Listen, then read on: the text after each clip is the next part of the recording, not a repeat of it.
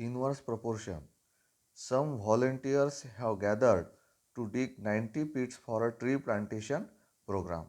One volunteer dig one pit in a day. If there are 15 volunteers, they will take. आता one volunteer one डिग म्हणजे एक खड्डा एका दिवसामध्ये खोदतो. तर 90 पिट्स म्हणजे 90 खड्डे आपल्याला खोदायचे आहेत. मग 15 व्हॉलंटियर्स इन अ डे म्हणजे एका दिवसामध्ये 15च, कारण एक व्हॉलंटियर एकच खड्डा खोदतो. तर 90 जे पिट्स आहेत ते खोदण्यासाठी त्यांना 6 डेज लागतील.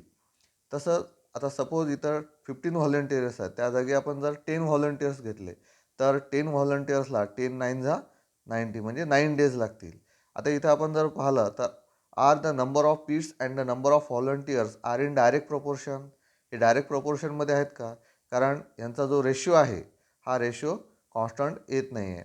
म्हणजेच इथं आणि हे सुद्धा आपल्याला बघता येईल की नंबर ऑफ व्हॉलंटियर्स डिक्रीज झाले तर नंबर ऑफ डेज इन्क्रीज होतात. म्हणजेच if the number of volunteers decreases more days are required and if the number of volunteer increases fewer days are required for the job. However, the product of the number of days and the number of volunteers remains constant. इथं जो हे आहे volunteer number of days and number of volunteer 15 6 जा 90 10 9 जा 90 म्हणजेच इथं जे volunteers आहेत आणि नंबर ऑफ डेज आहेत यांचा जो प्रॉडक्ट आहे कॉन्स्टंट येतो आणि डायरेक्ट प्रोपोर्शनमध्ये हा रेशो कॉन्स्टंट येत होता. तर सेकंड इथं दिलेला आहे, suppose Sudha has to solve 48 problems in a problem set. If she solves one problem every day, she will need 48 days to complete the set. But if she solves 8 problems every day, she will complete the set in 6 days. म्हणजे 48 problems आहेत problem सेटमध्ये आणि दररोज ती 8 problems solve करते. म्हणजे 8 6 जा 48 म्हणजे 6 डेज तिला ते सॉल्व करायला लागतील. If she solves 12 problems a day म्हणजे एका दिवसामध्ये जर तिनं 12 प्रॉब्लेम्स सॉल्व करायला लागले तर 12 4 जा 48 म्हणजेच 4 डेज जे आहेत तिला तो प्रॉब्लेम सेट सॉल्व करण्यासाठी लागतील. म्हणजे number of problems solve in a day and the number of days needed are in inverse proportion and their product is constant. म्हणजे इनवर्स प्रोपोर्शनमध्ये काय कॉन्स्टंट असतो? त्या दोन्ही क्वांटिटीचा प्रॉडक्ट कॉन्स्टंट असतो. जसं आपण इथं 8 6 जा 48 12 4 जा 48 किंवा वन डेमध्ये वनच प्रॉब्लेम सॉल्व केली तर 48 1 जा 48 म्हणजे हे जे तिन्ही प्रोडक्ट आहेत 8 6 जा सुद्धा 48 12 4 जा 48 आणि 48 1 जा 48. आणि अशाच प्रकारे आपल्याला इनवर्स प्रोपोर्शनमध्ये आणखी काही एक्झाम्पल्स इथं दिसतात बघा. Students of a certain school went for a picnic to a farm by bus. Here are some of their experiences. Say whether the quantities in each are in direct or in inverse proportion. आता पहा, each student paid 60 rupees for the expenses. म्हणजे प्रत्येक student जो आहे जो पिकनिकचा जो खर्च आहे तो 60 रुपीज आहे एका स्टुडंटचा. आता जर 45 स्टुडंट जर पिकनिकला गेले तर 45 स्टुडंट्सचे किती कलेक्ट होतील? म्हणजे 45 इंटू 60 जर आपण केलं तर 2700 रुपीज वेअर कलेक्टेड.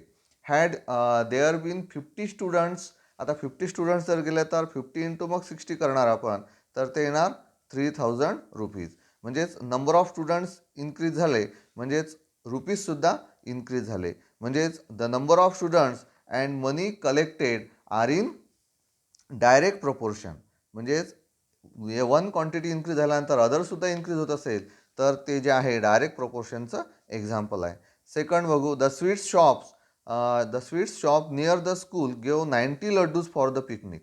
आता 90 लड्डूज आहेत आणि त्या मुलांना ते डिस्ट्रीब्यूट करायचे आहेत. आता 45 स्टुडंट्स असतील तर 90 लड्डूज जे आहेत प्रत्येक स्टुडंटला म्हणजे 45 स्टुडंट्स आहेत तर आपण प्रत्येक स्टुडंटला सारखेच दिले तर 2 लड्डूज जे आहे हे प्रत्येकाला मिळतील. परंतु जर 30 students if 30 students go for the picnic which each will get मग 33 जा म्हणजे 3 लड्डूज. म्हणजे स्टुडंट्स डिक्रीज झाले, नंबर ऑफ लड्डूज काय झाले? इन्क्रीज झाले. म्हणजेच the number of students and that of laddoos each one gets are in इथं काय कोण्या प्रोपोर्शनमध्ये येतील? Inverse proportion. तसंच आता the farm is 120 kilometre away from the school.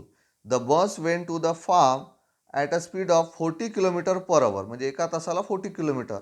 आता फार्म 120 किलोमीटर आहे, म्हणजेच अँड टूक म्हणजे 43 जा 120 म्हणजे 3 अवर्स त्याला लागतील.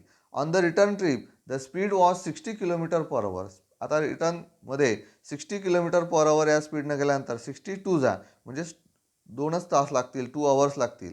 म्हणजेच इथं स्पीड इन्क्रीज केला त्यानंतर काय झालं, जे टाईम आहे तो डिक्रीज झाला. म्हणजे speed of the bus and the time it takes are in inverse proportion. म्हणजे इनवर्स प्रपोर्शनमध्ये जर आपण वन क्वांटिटी इन्क्रीज झाली तर दुसरी क्वांटिटी डिक्रीज होते. आणि त्याच्यामध्ये प्रॉडक्ट कॉन्स्टंट असतो, जसं 43 जा 120, 62 जा 120. तसंच fourth, the farmer pick 180 bers from his trees. He give them equally to 45 students. Each students get 4 boards. Had there been 60 students, each would have got 3 boards. म्हणजेच number of students increase झाले तर number of boards काय होतील, decrease जातील. म्हणजे number of students and the number of boards each one gets are in inverse proportion. म्हणजे inverse प्रपोर्शनमध्ये दोन बाबी महत्त्वाच्या आहेत, की एक त्यांचा प्रॉडक्ट कॉन्स्टंट असतो आणि दुसरं वन क्वांटिटी इन्क्रीज झाली तर दुसरी डिक्रीज होते किंवा फर्स्ट डिक्रीज झाली तर दुसरी इन्क्रीज होते. आता यावर आधारित एक्झाम्पल्स आपण बघणार आहोत. 15 workers take 8 hours to build a wall. म्हणजे नंबर ऑफ वर्कर्स आणि टाईम अवर्समध्ये 15 वर्कर्सला 8 अवर्स ते भिंत जे टू बिल्ड अ वॉल भिंत बांधण्यासाठी लागतात. How many hours will 12 workers need to. आता 12 वर्कर्स जर असले तर काय होईल, आता नंबर ऑफ वर्कर डिक्रीज झाले म्हणजे टाईम काय होईल, इन्क्रीज होईल. म्हणजेच हे जे आहे एक्झाम्पल जे आहे ही इनवर्स प्रपोर्शनचं आहे. म्हणजे number of workers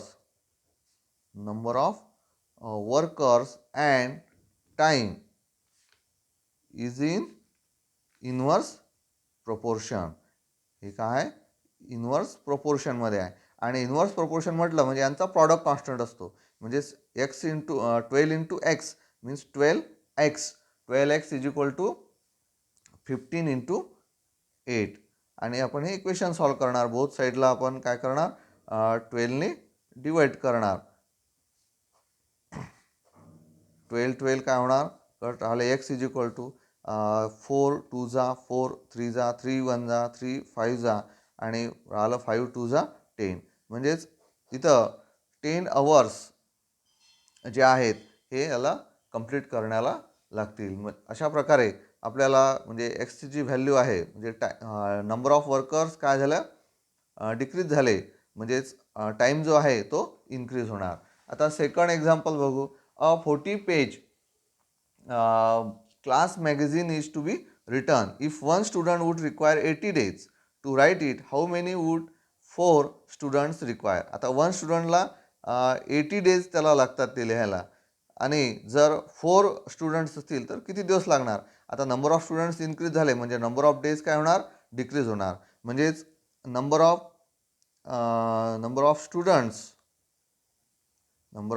students and days R in inverse proportion. हे काय इनवर्स प्रपोर्शनमध्ये आहेत. आणि इनवर्स प्रपोर्शनमध्ये यांचा प्रॉडक्ट कॉन्स्टंट म्हणजे 4 into X means 4x is equal to 1 into 80. Both साईडला आपण काय करणार, 4ने डिवाईड करणार. आणि 4ने डिवाईड केल्यानंतर हे कट होणार. एक्स इज इक्वल टू 4 1 जा 4, 2 जा 8, 4 0 जा 0 म्हणजेच 21 जा 20. म्हणजेच इथं 20 डेज जे आहेत हे 20 डेज तिथं हे मॅगझिन रिटर्न करायला लिहायला हे लागणार आहेत. आणि अशाच प्रकारे आपल्याला जो प्रॅक्टिस सेट आहे हा प्रॅक्टिस सेट सॉल्व करायचा आहे, ज्यामध्ये आपल्याला हे जे एक्झाम्पल्स आहेत प्रॅक्टिस सेट 38 यामध्ये हे 4 एक्झाम्पल्स आहेत. आपल्याला सॉल्व करताना फर्स्ट बघायचं आहे की त्यामध्ये कोणत्या प्रपोर्शनचा एक्झाम्पल आहे, इनवर्स प्रपोर्शनचा आहे की डायरेक्ट प्रपोर्शनचा आहे. कारण डायरेक्ट प्रपोर्शनमध्ये रेशो कॉन्स्टंट असतो आणि इनवर्स प्रपोर्शनमध्ये प्रॉडक्ट कॉन्स्टंट असतो.